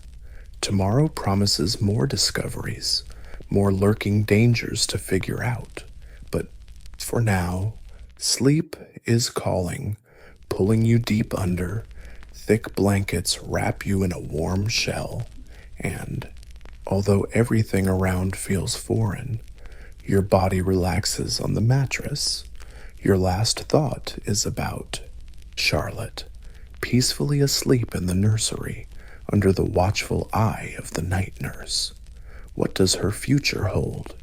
In this beautiful but dangerous Victorian world, then sleep takes over, whisking you away from those questions and into dreams of gas lamps and horse-drawn carriages, corsets and calling cards, a world both familiar and utterly strange. The night deepens around the sleeping house. Weak gas lamps flicker on the streets. Outside, casting pale yellow pools of light on the cobblestones, a patrolling policeman checks, Dr. locks and watches for troublemakers or signs of fire, two constant fears of Victorian city dwellers. Inside, the family sleeps in their bedrooms. The servants bunk up in the attic. The kitchen cat prowls for mice. Its eyes gleam in the dark. All the fires are out or just faint embers left, letting the winter chill seep into the rooms. By morning, the servants will rise before dawn, build fires, boil water, and get ready for a new day in this elegant but perilous Victorian home. Its eyes gleam in the dark. All the fires are either dead out or just glowing embers, letting the winter chill creep into the room. By morning, the servants will wake before dawn, stoke the fires, boil water, and prepare for another day in this elegant yet perilous Victorian house. The family's daily rhythm will resume breakfast, morning calls, lunch, afternoon visits, dinner. Those Victorian routines will roll on predictably and properly. But for now, everything is quiet and still. The lurking killers are asleep too, patiently waiting in the wallpaper, medicine cabinets, gas lamps, and hundreds of other spots around the house. The dangers Victorians never suspected, living with them day in and day out. You drift off to sleep, soundly, blissfully unaware of these thoughts. Your breath slows down, steady and calm. Your body feels heavy, exhausted from navigating this strange world. Your muscles relax on the mattress, shedding the stress of a day spent in unfamiliar territory. The weight of the blanket presses gently, lulling you deeper into bed. A soft sigh escapes your lips as you shift slightly, hunting for that perfect position where your body can fully unwind. Morning arrives with a gentle knock. You open your eyes to find the room bathed in light. The maid has come in and pulled back the heavy curtains, letting winter sunshine flood in. She's also rekindled the fire, which now crackles cheerfully in the large room. "Good morning, madam," she says, with a slight bow. "It's 7 o'clock. Shall I bring you your morning tea?" You nod, still half dreaming from your deep Victorian night's sleep. "Yes, thank you." She withdraws, and you sink back into your pillow, taking in the room with the fresh eyes.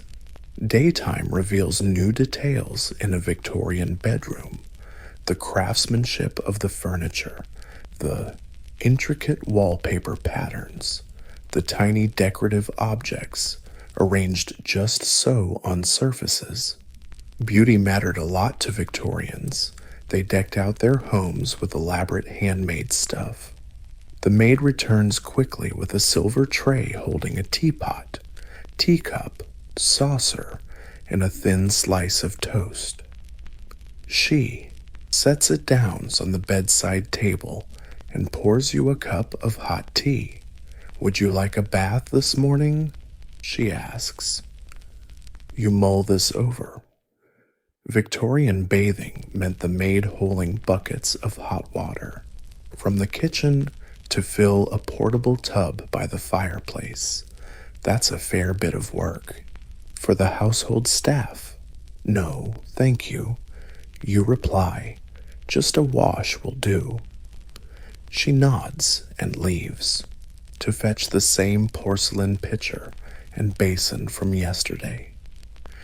The Victorian morning wash routine kicks in, washing with a cloth in a basin instead of showering, brushing teeth with a stiff bristle brush and tooth powder instead of fancy modern toothpaste.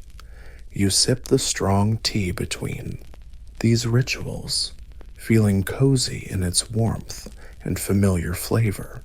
At least tea hasn't changed much since Victorian times, though you probably don't want to think about the lead in the teapot's solder joints. Dry, bland toast. Victorians usually skipped butter at breakfast, thinking it was too rich for the morning. A small cultural difference that shows how our eating habits have evolved over time. Once you finish this simple breakfast, your mind turns to the new day. What fresh dangers lurk in this beautiful yet deadly Victorian house? What other killers could be hiding behind that elegant facade? The maid returns to help you dress. Today, you pick a simpler morning dress from the wardrobe. Sadly, a corset is still required, but with fewer layers and less decoration than yesterday's walking outfit. You start to understand why Victorian women had to change clothes multiple times a day. Each outfit was designed for specific activities and times, and none were exactly comfy enough to wear all day. Dressed nicely for the morning, you head downstairs. The house feels busier today. You can hear voices from multiple rooms, footsteps on the stairs, and clinking dishes coming from the kitchen. In the breakfast room, you spot Charlotte eating under the watchful eye of a stern-looking woman in a black dress. Perhaps the nanny's face will light up when she sees you. "Good morning, Mamar," she says politely. "Good morning, Charlotte," you reply, sitting down. The nanny nods respectfully at you. Miss Charlotte has finished her lessons this morning. "Ma'am, should I take her for a walk in the park, or do you want her to stay home before you can answer. A maid enters with a small silver tray, holding a visiting card. Mrs. Henderson announces she has called your mother. She says it's about the charity fair next week. The usual interruptions and tedious formalities keep going on. Victorian life suddenly makes sense to you now. Every interaction follows a set of rigid rules. Every activity has its proper time and place. This stiff structure might feel suffocating by today's standards, but it gave Victorians a framework to handle their social chaos. Tell the maid I'll be with Mrs. Henderson shortly. Then you turn to the nanny. Yes, take Charlotte for a walk. Fresh air will do her good. Fresh air is one of the few things Victorians actually got right, even without germ theory until late in the era. They instinctively valued ventilation and outdoor time, especially for kids. Daily walks, rain or shine, were a must. The nanny helps Charlotte into her coat, hat, and gloves. The kid looks like a tiny adult in her fancy outdoor outfit, swaddled in layers and strict behavior rules. Be good for the nanny, you say, planning a quick kiss on her cheek. That little show of motherly affection seems to surprise both the kid and the nanny. Maybe Victorian, you wasn't big on feelings like that. After they leave, you get ready to meet Mrs. Henderson. Social calls were a big deal in middle and upper class Victorian life, especially for women. They were all about swapping info, keeping social ties alive, and organizing charity events, one of the few public arenas where women could flex some influence. You step into the parlor and spot a plump, middle-aged lady in a fussily fancy visiting dress waiting for you. She stands as you enter and extends her hand. "Dear Mrs. Wallace," she exclaims, "you look lovely today. I've come to arrange flowers for the party. I know we agreed on chrysanthemums, but Mrs. Peaton is using chrysanthemums for her booth, and double chrysanthemums just won't do." You nod like this totally makes sense, even though you're still clueless about the charity fair's details. Any suggestions for alternatives, you ask, sitting opposite her. Mrs. Henderson launches into a detailed rundown about seasonal flower availability, costs, and the symbolism of different blooms. Victorians loved slapping meanings onto flowers, using them to send secret messages that polite society wouldn't dare say out loud. As she talks, you notice a dull headache creeping behind your eyes. The parlor feels stuffy despite the high ceiling. You glance at the wallpaper, floral patterns in blue and cream, thankfully not green. So probably no arsenic, but who knows what other chemicals lurk in those dyes. And the gas lamps, though off during the day, might still leak tiny amounts of fumes. Carbon monoxide poisoning often starts with headaches and tiredness before getting worse. You stand and crack open a window to check the weather. Of course, maybe roses would be better, you suggest, breathing in the fresher air from outside. They're always popular. Mrs. Henderson nods eagerly. White roses would be perfect. They symbolize purity and innocence, very fitting for charity. And we can add a touch of ivy to represent loyalty and friendship. Victorians loved their flower symbolism, but it didn't stop there. Their whole decorative art scene was loaded with hidden meanings, colors, patterns, motifs, all coded messages for those fluent in the visual language of the age. Even mourning jewelry with locks of hair from the dearly departed carried specific sentiments, depending on how the hair was arranged. Your chat with Mrs. Henderson drags on for almost an hour, covering not just the charity fair but local gossip, mutual acquaintances, and a bunch of other social happenings. Throughout it all, you keep up the polite, somewhat reserved air typical of a Victorian lady, all while gathering valuable intel on your so-called life here. Outside, they're always popular. Mrs. Henderson nods enthusiastically. White roses would be perfect. They symbolize purity and innocence, ideal for a charity event. And we can add some ivy to represent loyalty and friendship. The Victorians loved flower symbolism, not just with blooms, but across all their decorative arts, colors, patterns, and motifs all carried hidden messages only the image-savvy back then could decode. Even mourning jewelry holding locks of the dearly departed sent specific emotional signals depending on how the hair was arranged. Your chat with Mrs. Henderson lasted nearly an hour, covering not just the charity fair, but also local gossip, mutual acquaintances, and plenty of social happenings.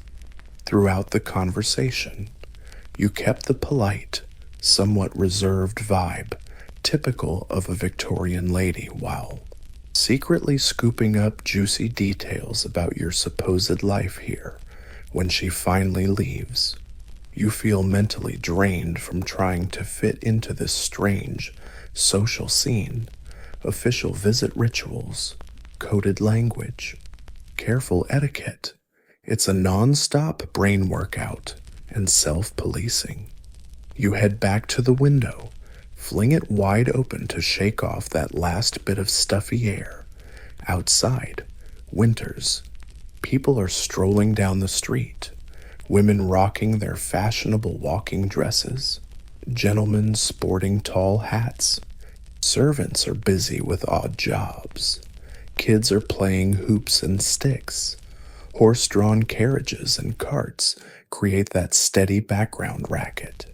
Wheels clattering, hooves clopping on the cobblestones. Victorian London. Sensory overload in full effect. Loud, smelly, and visually chaotic, without modern zoning laws. Homes mixed right in with shops and even factories. A lovely house like this could be next door to a noisy, stinky workshop wall to wall with pollution and racket. And the streets themselves dangerous. Horse poop was a persistent public health nightmare, breeding flies and contaminating food and water. Crossing the street meant dodging traffic with no signals or crosswalks. Even the air was hazardous, thick with soot, smoke, and industrial fumes, creating London's infamous smog, a toxic stew that caused breathing problems and, in the worst cases, death. You slam the window shut, having had enough fresh air for one day, and decide to explore more of the house. Surely there are rooms you haven't seen yet. Maybe a library or study where you can dig deeper into Victorian life. At the end of a short hallway, you find it. A lovely room filled with bookshelves and dominated by a large desk. This has got to be your husband's study, the masculine counterpart to your feminine parlor. Victorian homes often had gender-segregated spaces. Some rooms were strictly men's turf or women's turf. The study feels different from the rest of the house, darker, heavier, more serious. Solid oak furniture replaces the lighter, decorative stuff of the family rooms. The walls are wood-paneled, not wallpapered. Even the color scheme shifts deep greens and browns instead of pastels and floral prints.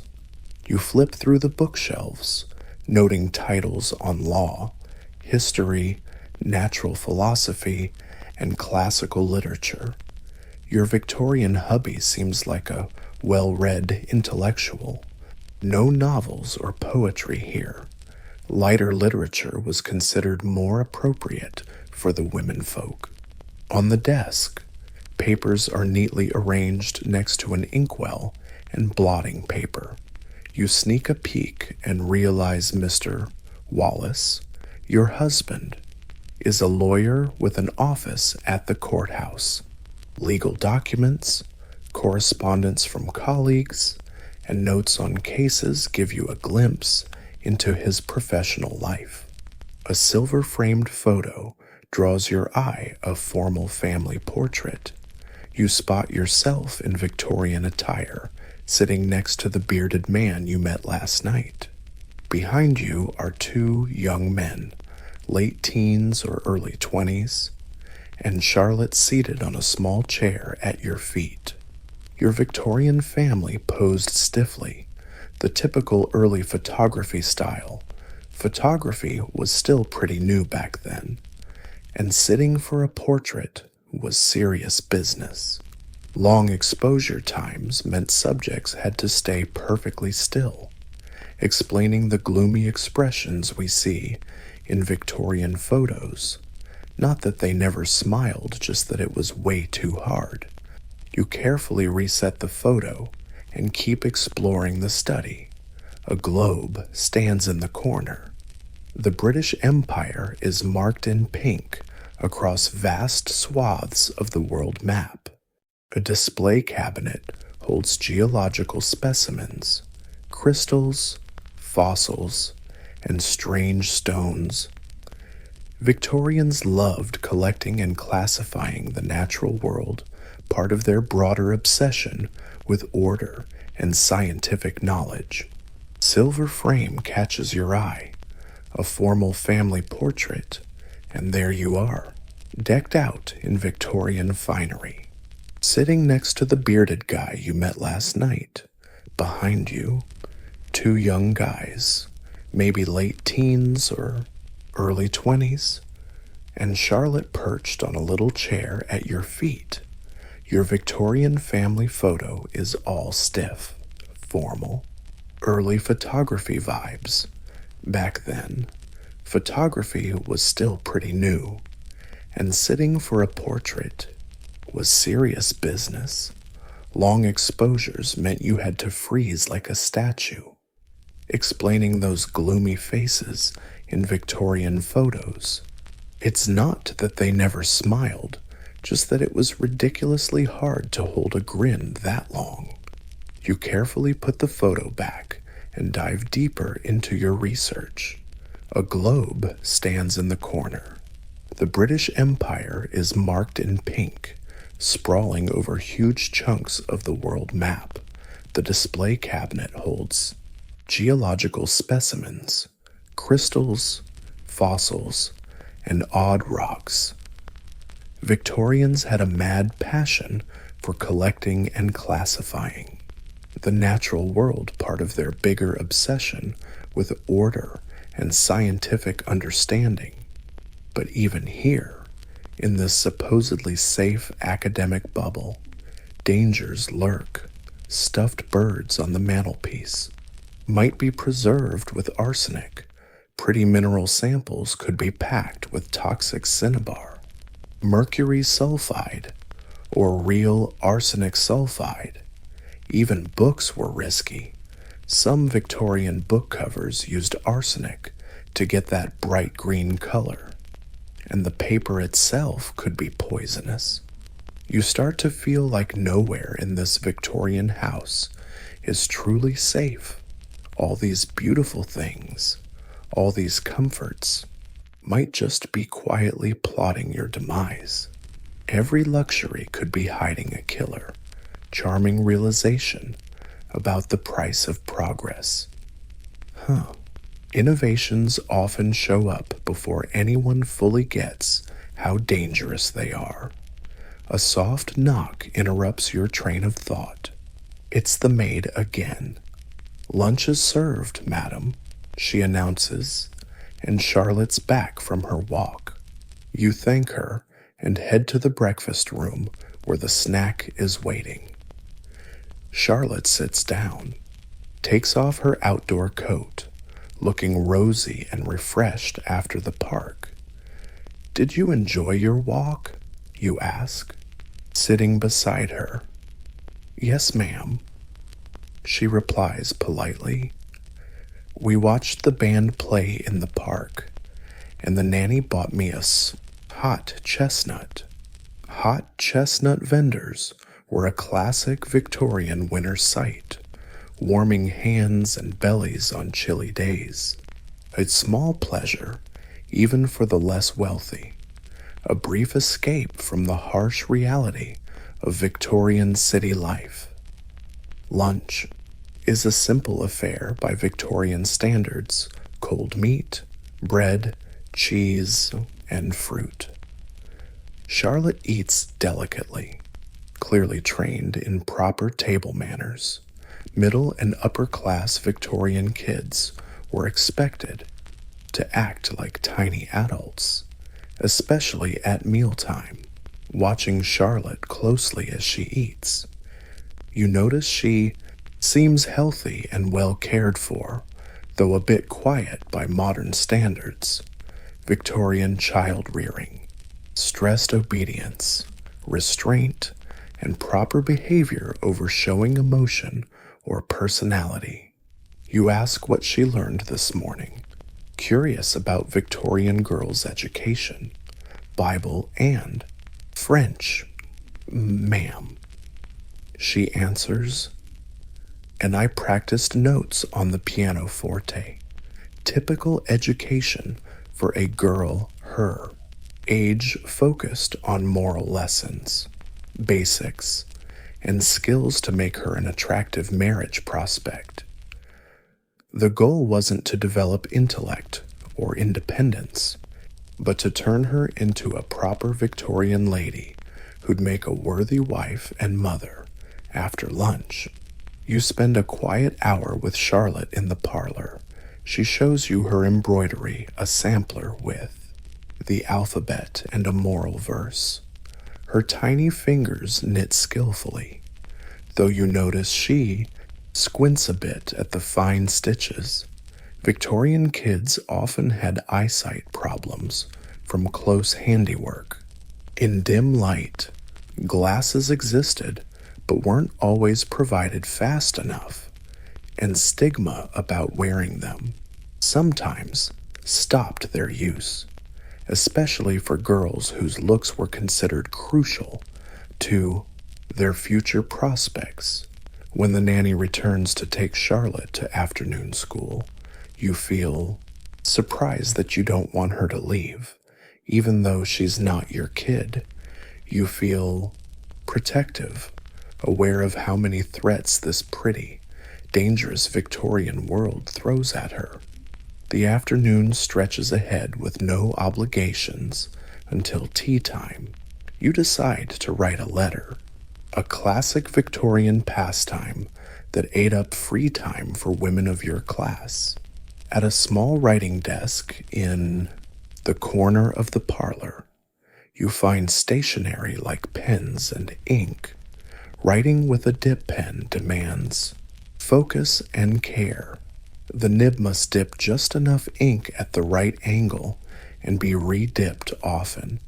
It's a meditative process, quite different from the modern tap and swipe world.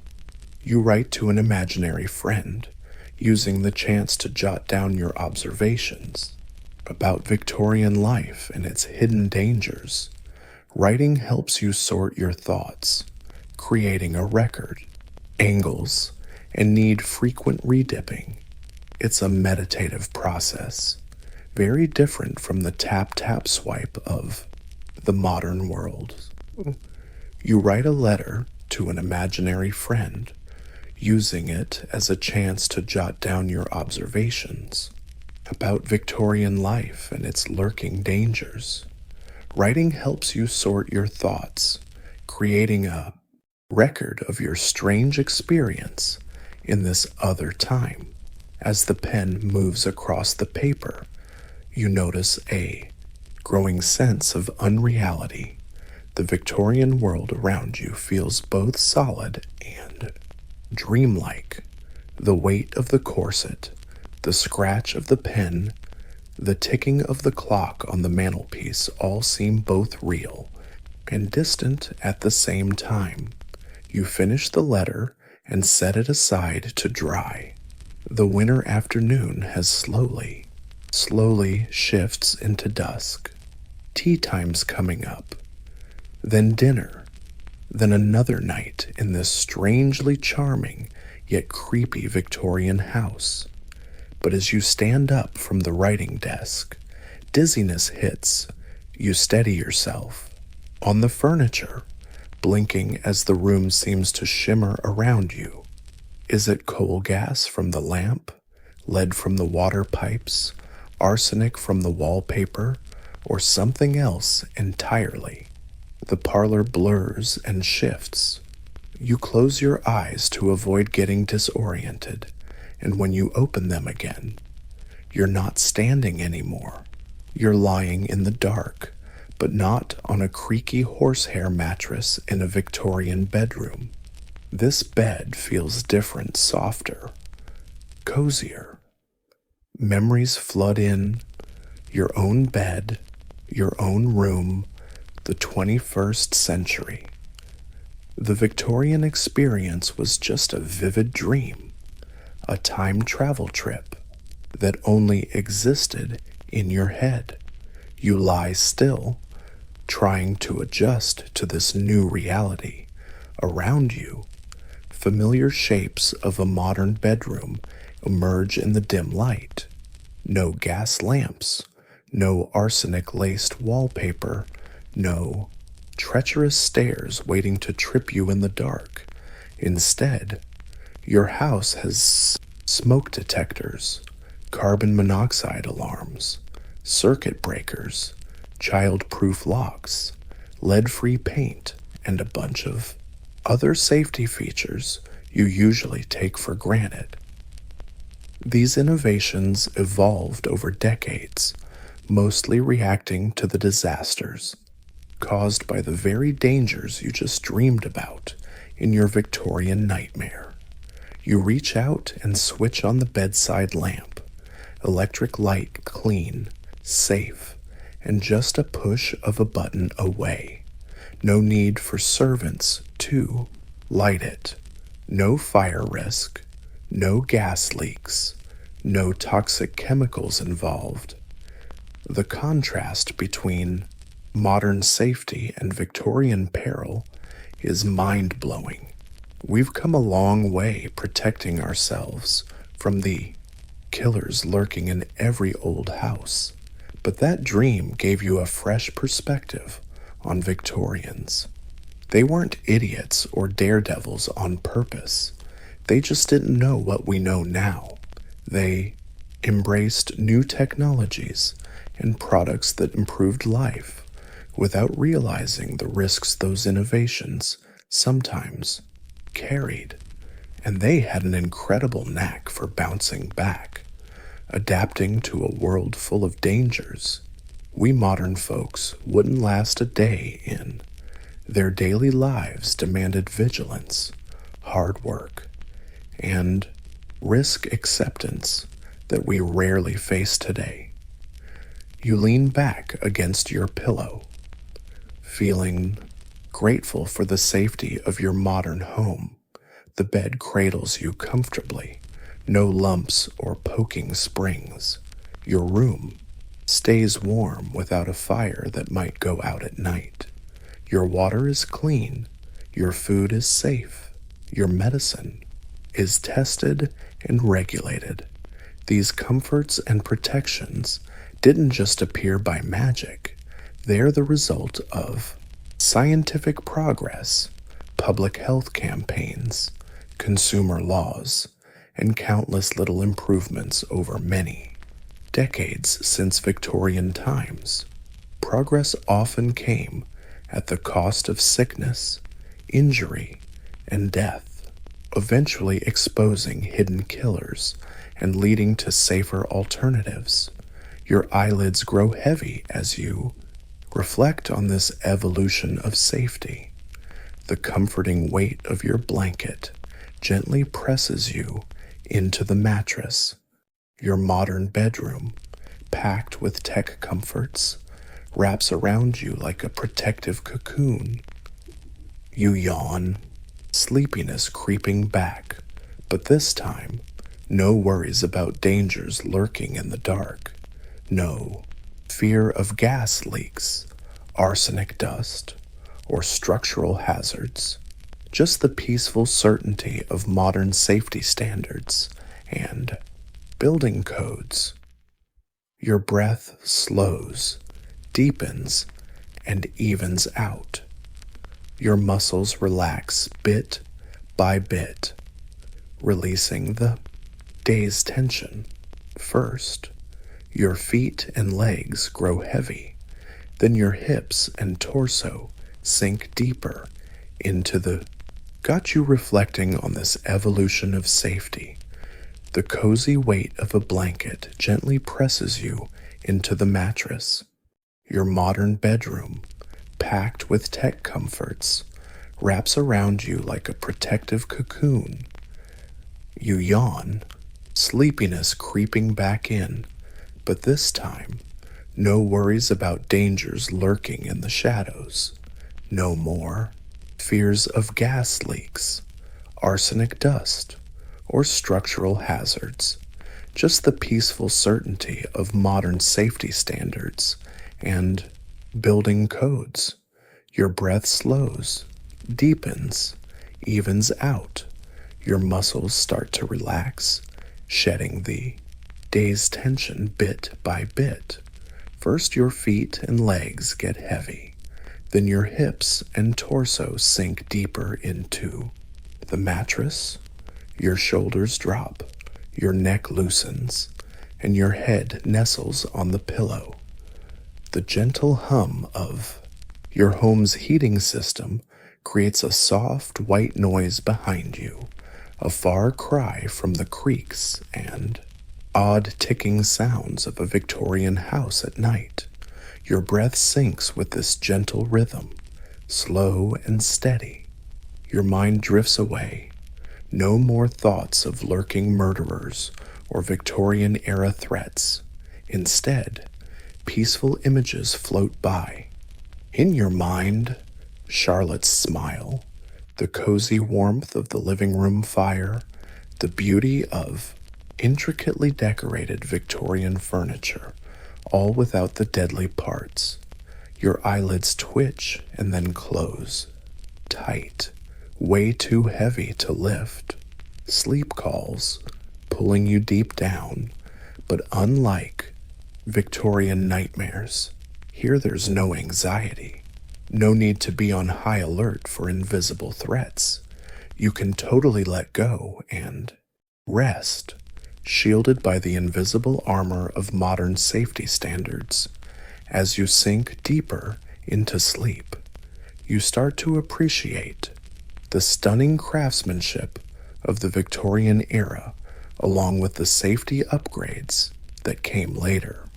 The perfect mashup of two worlds, the aesthetic richness of the past and today's health protection.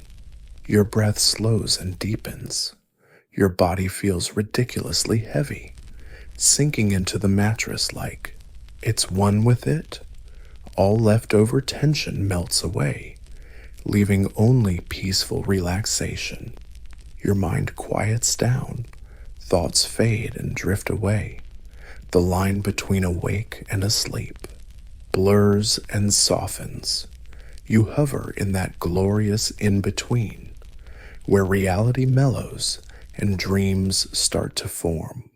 At the edge of consciousness, then you cross over, gently falling asleep.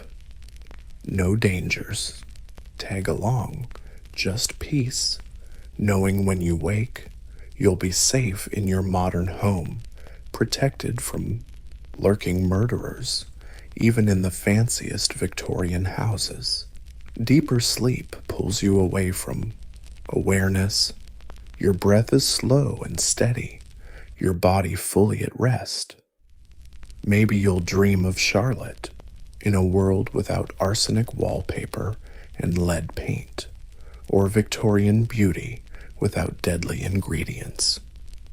But that's just a dream, not the semi-real dive you took earlier. And in the morning, you'll wake up, refreshed, with a fresh take on both historical dangers and modern safety, knowing how far we've come and how much we owe the folks who found those lurking threats and worked to kick them out of our homes. But right now, you're deep asleep, peaceful, safe, drifting in the perfect darkness of real rest, wrapped in the invisible protection of modern life. Your breathing slows to the rhythm of sleep. Your mind is completely calm. And sleep, real sleep, has you fully